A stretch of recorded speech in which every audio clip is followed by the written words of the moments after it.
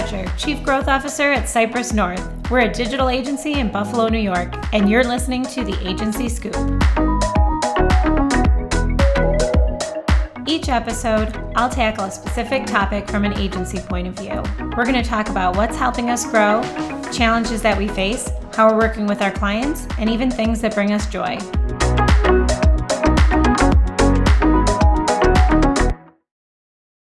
Welcome to this month's episode of the Agency Scoop.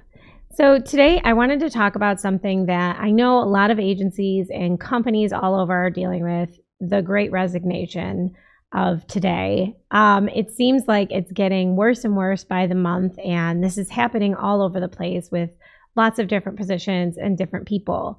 So we've had a few people resign recently for other opportunities, and none of them were disgruntled or mad. It was just one was moving out of state, didn't want to work remote. We had one that followed her passion into a nonprofit organization, another one who wanted to give it a shot at client side opportunities. So nothing too severe or where they were leaving in an angry way or anything. But for each of them, we left on great terms. But as we have been going through this, as many other companies have, I've had some time to reflect on the resignation process, what it means for those employees and employers, and what we have to go through with that and how we can think about it. And obviously, since it's been happening here, I've been seeing a lot of content about the Great Resignation, about how to resign from a job, what you can do when your people are resigning, how to recruit. And I've been reading a lot about it and asking other people how they feel about it. So I wanted to do a little intro about resignation etiquette. So it seems like I hear these horror stories where people are just quitting and walking out and never showing up again, things like that. And obviously that's probably not the best solution. It's not good for anybody. But I compiled a list of some advice from different sources of how to resign gracefully so that you kind of keep a good relationship with the company that you're leaving and that you leave everyone in good graces. Because honestly, when you leave in a bad way and you leave the company, no matter how much good you did for the months or years leading up to that, they're going to remember how you exited and how you left things. And so you want to always leave things on a good note and not burn a bridge. Personally, I think that any longer than a 2 weeks notice is too long. You should be able to wrap up things in 2 weeks, transition things over, do everything you have to do. And typically when people give longer than that, they're kind of hanging around, or other people are asking them more about where they're going, thinking about leaving themselves. It just doesn't seem good for anyone. So I think a 2 weeks notice is a really nice thing to do. It is traditional that you give 2 weeks notice when you resign from a position. I know it's not required from companies most of the time, but it is just a traditional nice thing to do.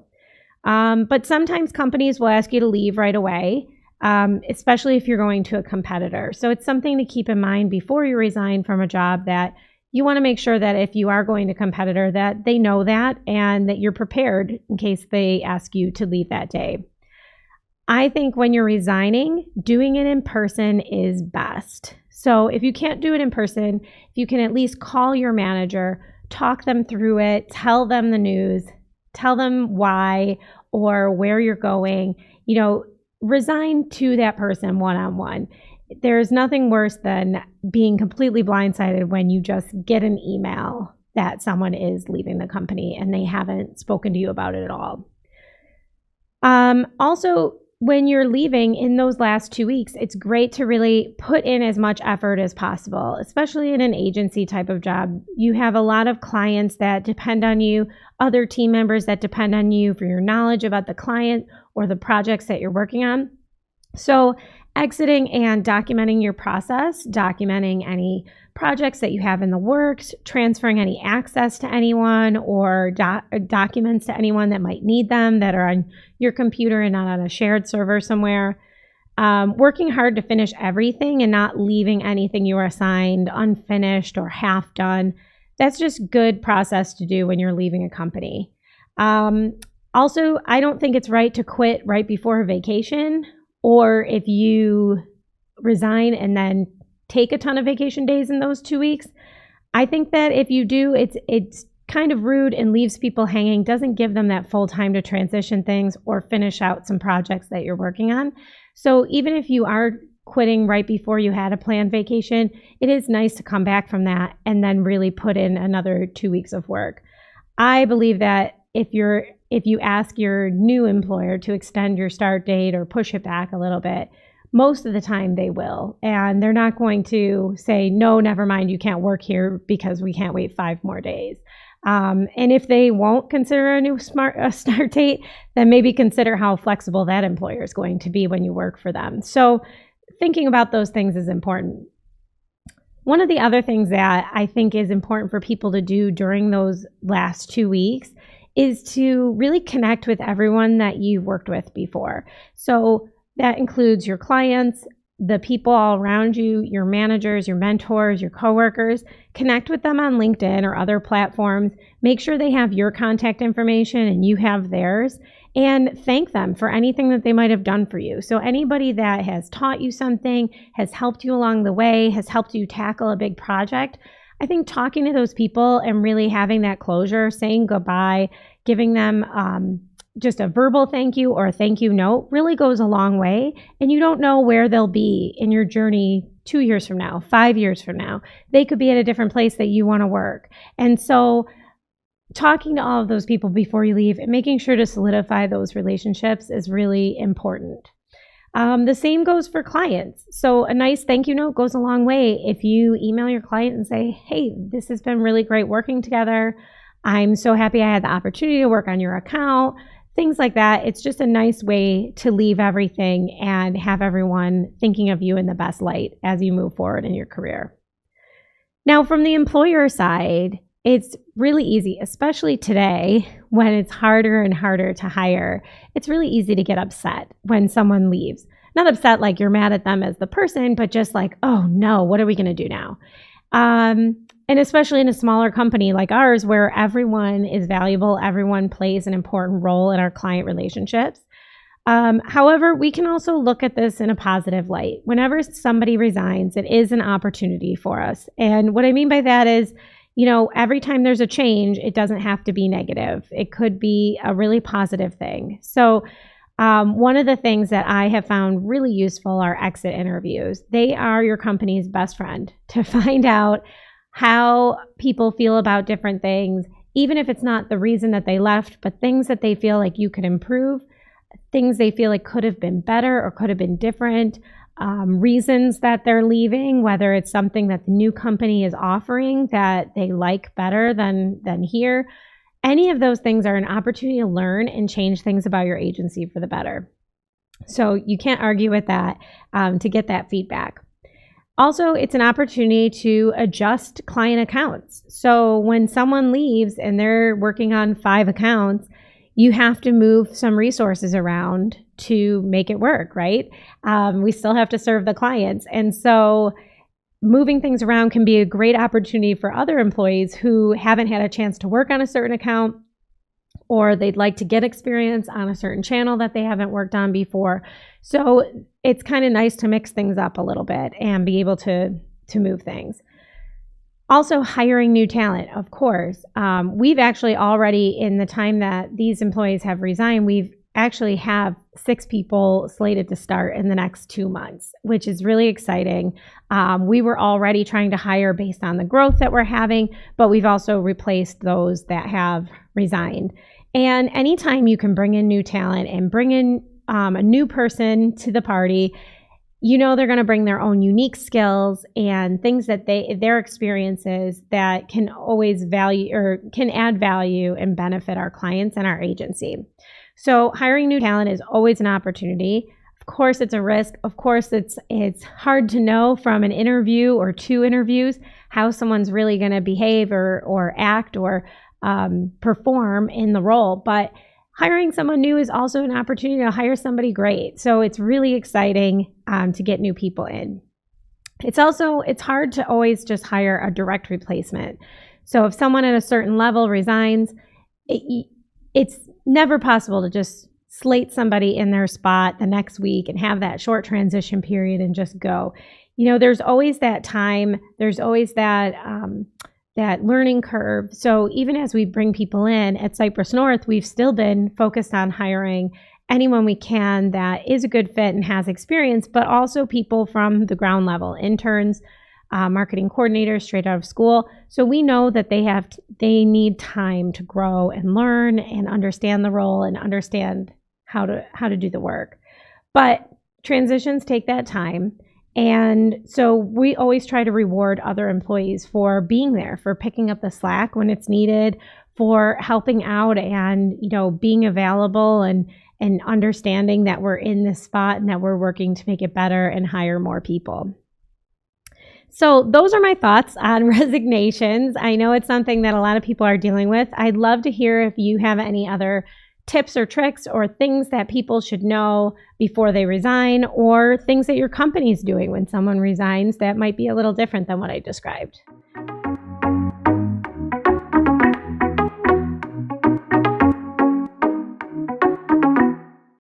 So we are here this month with Jordan Siefer, who is the creative director at Cypress North. Thank you so much for joining me today, Jordan. Of course. Jordan is not only our creative director, she is my roommate in our office here. We sit with each other. We talk all day long about our clients and projects and ideas and bounce things off of each other.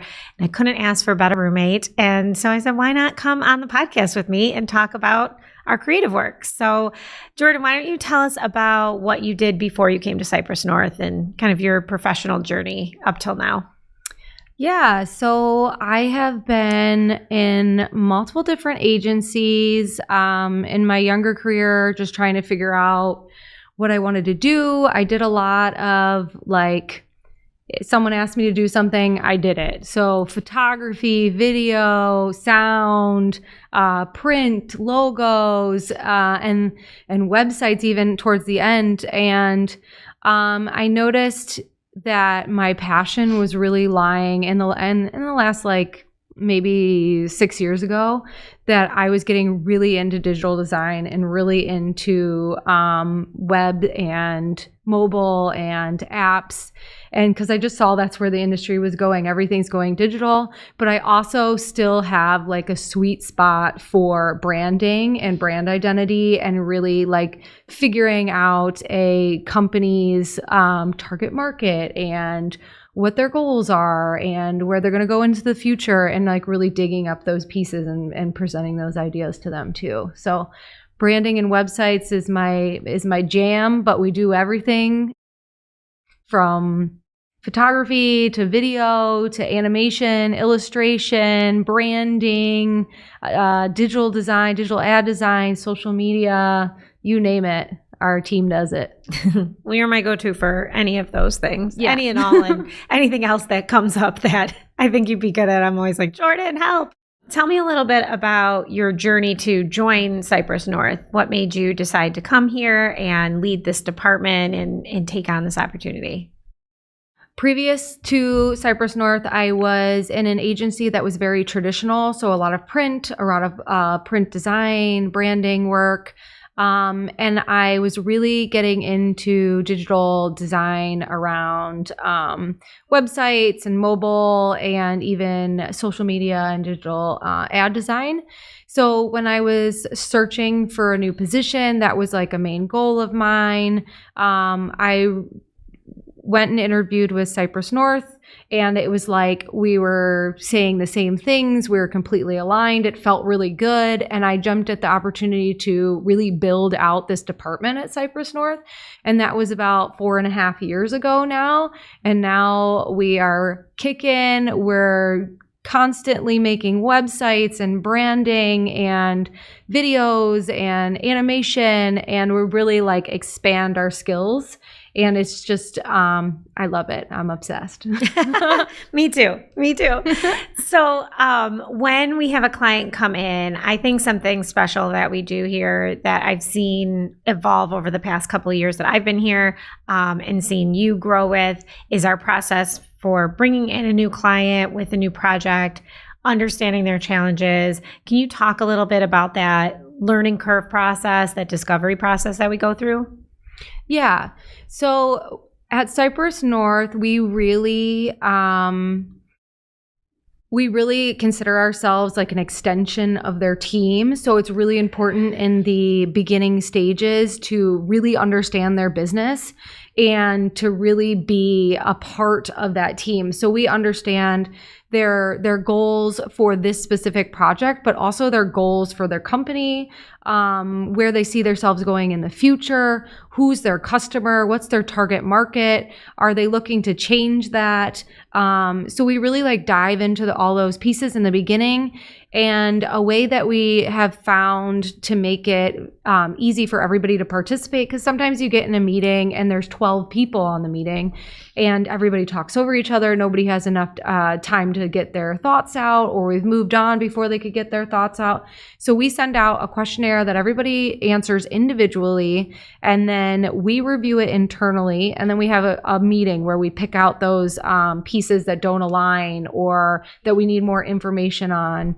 And then after that meeting, we go into a positioning document where we take all of that content, all of the answers, that recording we listen back to, and we really get together like, what are their goals? Who are their customers? Who are those personas? What do their journeys look like? What's the key deliverables on the website? What are some of the things they need to make it work?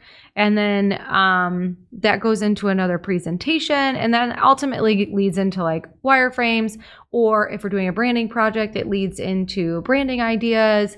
So in the beginning parts is like the most important to figure out the strategy, the positioning, and the creative brief to move forward. Because if you make something pretty and it doesn't work, or it doesn't make sense to who the brand is and what they're trying to accomplish, then you just have a pretty site that doesn't work.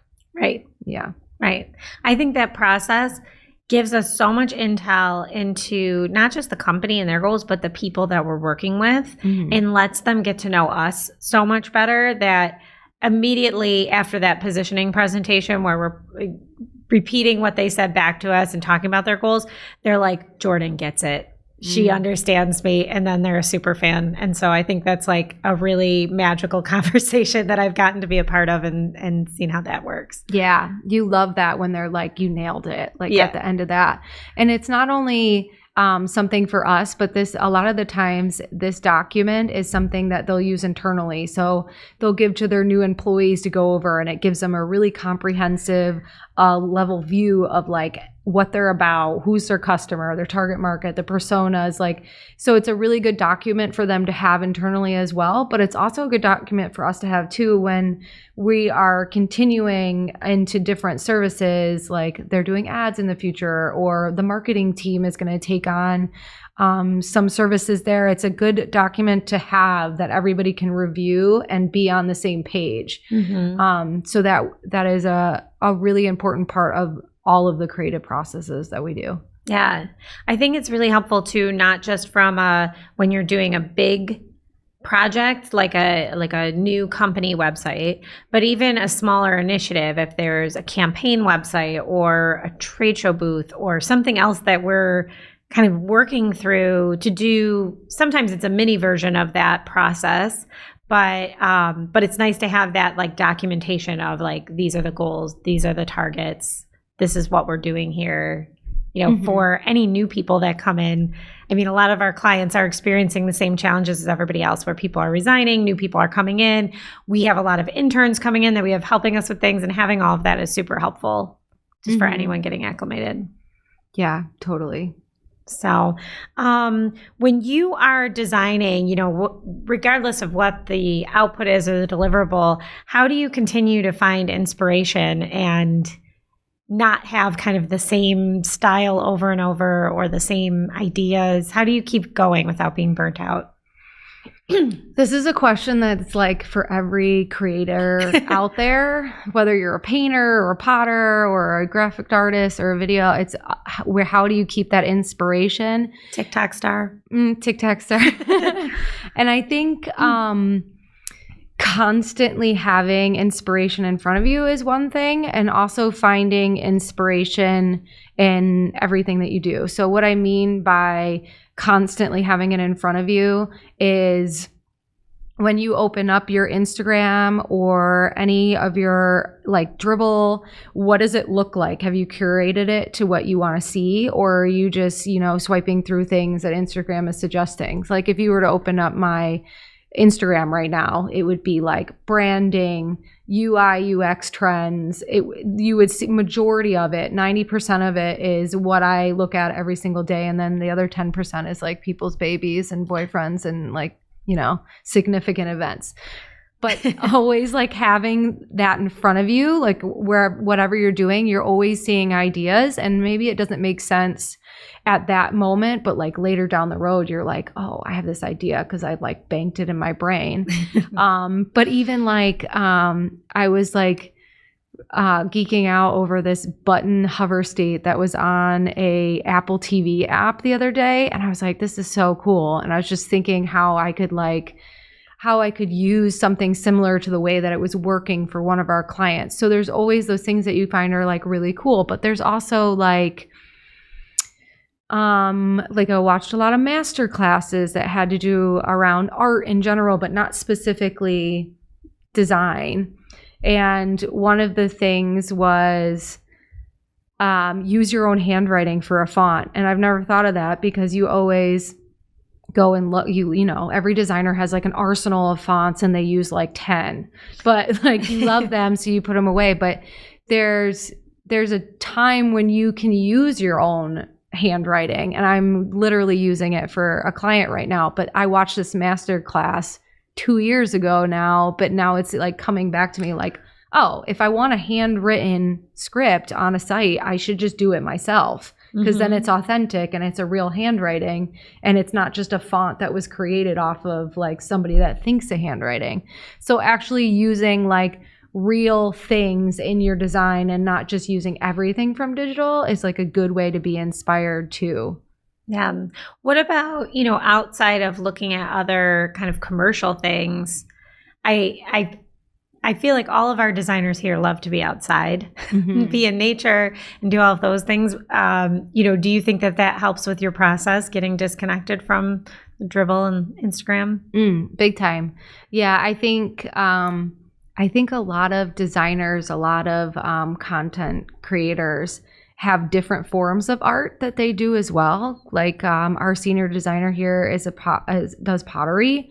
I do like ridiculous amounts of art too, from charcoal to painting to like sometimes, and it's all abstract too, so it's not very literal, and so is her pottery. But I think it's really important to take like a mental break from digital in all aspects, honestly, like social media, all that. So everybody should take a break from it and like really get outside, because all of the inspiration you get essentially is from what you see, and you don't necessarily know when it's going to hit you. But as simple as picking up colors from being outside. Like I ride my bike constantly. I'm running. I am a rollerblader. It could be as simple as like the environment you're in, but I also saw this like rad guy like rollerblading the other day, and I was like, and we kept doing loops in opposite directions in Delaware Park, and he had on like these really long socks that were like neon orange, but they were like the tube socks with the white stripes around them. And then these like short shorts that were like blue denim, and a crop top that reminded me of like 80s, disposable cupware. And then full like flowing mullet. And I just was like, this guy is amazing. And even stuff like that's inspiring, because all the colors he was wearing, the hair flow, like sometimes it's not actually an environment you're in, but you're getting inspiration from other people, what they're wearing, what they're doing, what they're carrying. Mm-hmm. So it's really like just looking at everything and taking it in is important too, not just seeing everything that's digital, because that can get exhausting after a while too. Everything is art. Yeah, everything is art. Yeah. I love that. So what are some of the design or art trends that you love, that you keep seeing come around now? I'm specifically to specifically to websites, I'm like loving clean design with hiding information and then presenting it on hover states or presenting it on a click. I'm loving that because it's making the website so much more digestible when everybody has so much information, especially for B2B sites. There's a lot of information and sometimes it's a lot to digest. So really like presenting information in a different way, in a simplified way. I'm also loving the mobile first designs because everything's going to go mobile. Your site is definitely being seen mobile probably more times than on desktop.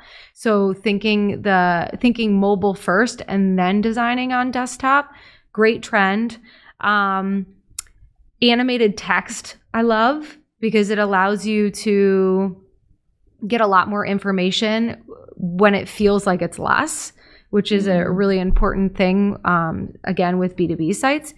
And then people are used to that with social media, with captions and text appearing and disappearing. So yeah, and it grabs your attention a little bit more too. I'm loving the text first trend where we're not laying text over an image anymore, but it's on a background and it's literally the focus is the copy. So the user is forced to read the copy before they move on to like digesting visuals. I'm loving that. Unique button hover states, love. Back end tagging, like multiple tagging of things so they appear throughout the site is a really cool trend that I don't think is going to go away. Yeah. Just smart data. Just smart stuff in the back end. Yeah. I love it. I love that your creative director that just said data is your... You said data. Well, I said data, but I knew what you meant. Yeah. Smart stuff on the back awesome. end. Yeah. What about trends that you see that you think are a fad or that you just think are terrible and they should go away? Over the top loading animations. So as you move down the page, when stuff is like constantly loading, it's a lot to take in. And it usually breaks when you move it to a different sizing too. And it's not friendly on mobile either. So it's a trend that is like, it used to be like an image would load in and now it's like the image loads in, the text loads in, like everything loads in and it's like everything's building as you go down. I think that's fun when you have like a microsite where the page, you're not really, they're like explaining a story. But when it comes to like a specific brand or like commerce, I see that trend going away fast. And I have like an internal battle with gradients. I really don't like gradients, but they don't seem to be going away. So I will try to stay with the tasteful gradients, but I think gradients got out of control, especially on web, like just out of control. Not a fan. And I can't think of anything else, but I'm sure there's other things that I don't like. Watch your gradients. So do you have any advice for someone new starting out in design? You know, someone that's either thinking about going to college for it, graduating college with a design degree, wants to get more into a creative field. You know, any advice for someone new? Going into college, try everything, because when you get into college, you think you're going to do one thing. But if you don't try everything, you don't know what you're going to end up loving. And technology is changing so much that you got to give yourself an opportunity, especially in college, to do it. Coming out of college, be open to anything because everything can change. I think what's more important when you're finding your first job is find the company and the culture you want to work with, because your skills can grow and your skills can go in that direction. And if you have a good supportive company and culture, they will help you develop your skills in the direction that you're passionate about, instead of just getting a position that you think that's what you want to do, but you have no growth opportunity, and then you're stuck in that silo until you find something else. So I think that's really important. And then something that someone told me this and it stuck with me for a really long time. And anybody that works with me knows that I'm like this. Do not get attached to your work. Don't, because it's not your work. It's the brand's work. It works. If you're attached to it, then it's working for you and it's not working for the brand, the company that you're doing the work for. So that's a really important thing. And try everything. Push the limits. The worst thing that can happen is somebody comes back with and they want edits. And then usually it ends up being better anyway. So you push the boundaries, push your skill set, try to do more things, be open to any situation. Those are like the main things. And then when you get higher in your career and you're managing people, one of the main things, like as you go through your career, you're going to learn from your superiors the things that you didn't like that they did. And you kind of like bank those for when you get a little bit more seasoned in your career. And one of the things that I always believe in and always try to practice is not using my opinion. There's a difference between my opinion and if it's working. So everybody has an opinion, and this can be said for clients too, because clients have their opinion about what they like too, but what you like isn't necessarily what should be in the design. So when I'm critiquing or looking at work, I am trying to keep my opinion out of it and trying to look at the work for what it is. So if my opinion, I don't necessarily like the color, but it works in the design, then my opinion doesn't matter. You know what I mean? Mm-hmm. So it's kind of hard to take your opinion out of things, but you need to for the sake of the end product. Right. I think it's important, like you're saying, you can't use something trendy just because you like it if it doesn't work with the brand or doesn't work with the company's goals. And that's kind of a good lesson to learn along the way. Mm-hmm. And I also don't want to put my design opinions onto my designers, because I want them to develop their own design like styles and experiment with new styles. And I don't want to hinder that by saying, this is not what we do. This is not what we do. You know what I mean? Mm-hmm. Like, I don't want to take away creativity, because you could be pushing down something that is like really, really great. And I don't ever want to do that. I want them to explore and, try new things and just like push those limits, because that's when you make really great work. Yeah. Great. Well, that's all great advice. Thanks, Jordan. So we typically end the show with an agency horror story. And since you've worked for a few agencies, do you have any horror stories of the industry that you could share? I have. Sure, you have many. I do, but most of them probably aren't appropriate. But I have a interview horror story. Not a horror story. It was more a horror story for my now husband than it is for me. But back in the day, you used to answer Craigslist listings for jobs. I don't know if you remember this, but it was for my first position as a designer. And I went to answer this Craigslist interview, told my husband where I was going. I was like, I'm going to my interview, but I didn't tell him where I was going. Showed up. It was in a house in Williamsville. Which is a suburb of Buffalo for anyone not local. Yes. And it was like I'm pretty sure it was like a hair salon that was transformed into a studio. Mm-hmm. And then there was another business upstairs. It was a really cool studio when he got inside. But we were talking for a really long time, and it was going on like 3 hours. At this time, at that time you left your phone in the car, because phones weren't like what they were now. And to be polite. It was a polite thing to do. Mm-hmm. You didn't want it was the worst thing ever if your phone rang in an interview. So we were sitting there for a really long time. And I thought to myself, this is a really long time. Is this guy going to give me this job or what? Yeah. And I've been sitting here for 3 hours. You're like, I'm starving. Yeah, that too. And then, and then he does offer me the job, and I'm all happy about it. And I get out to the car, and I have text messages from my now husband saying, I got to call the cops. I don't know where you are. And then I realized it was like 3.5 hours, and I call him. He's like, oh my gosh, I thought like I was about to call the cops, because who goes and answers a Craigslist ad and doesn't answer for 3.5 hours? Yeah. So don't do 3.5-hour interviews. That's the lesson here. First of all, you're wasting people's time with a 3-hour interview, and you're scaring your husband and thinking that answering a Craigslist. Well, most of the people do it on Zoom now too, so Yeah. Yeah, so it won't be as long. you won't get abducted in a Zoom interview. Oh my gosh. That reminds me of a story that this isn't really agency related, but it is kind of because I was on a work trip for the agency that I worked for. And same thing, my husband got very upset because I was at the airport in Las Vegas coming back to Buffalo, and there's a bar at every gate basically. So I'm standing there with a glass of wine. These two guys are staying next to me. They're like, oh, where are you going? And I'm like, Buffalo. They're like, us too. Like, that's where we live. And this guy standing next to me is probably 10, 15 years older than me.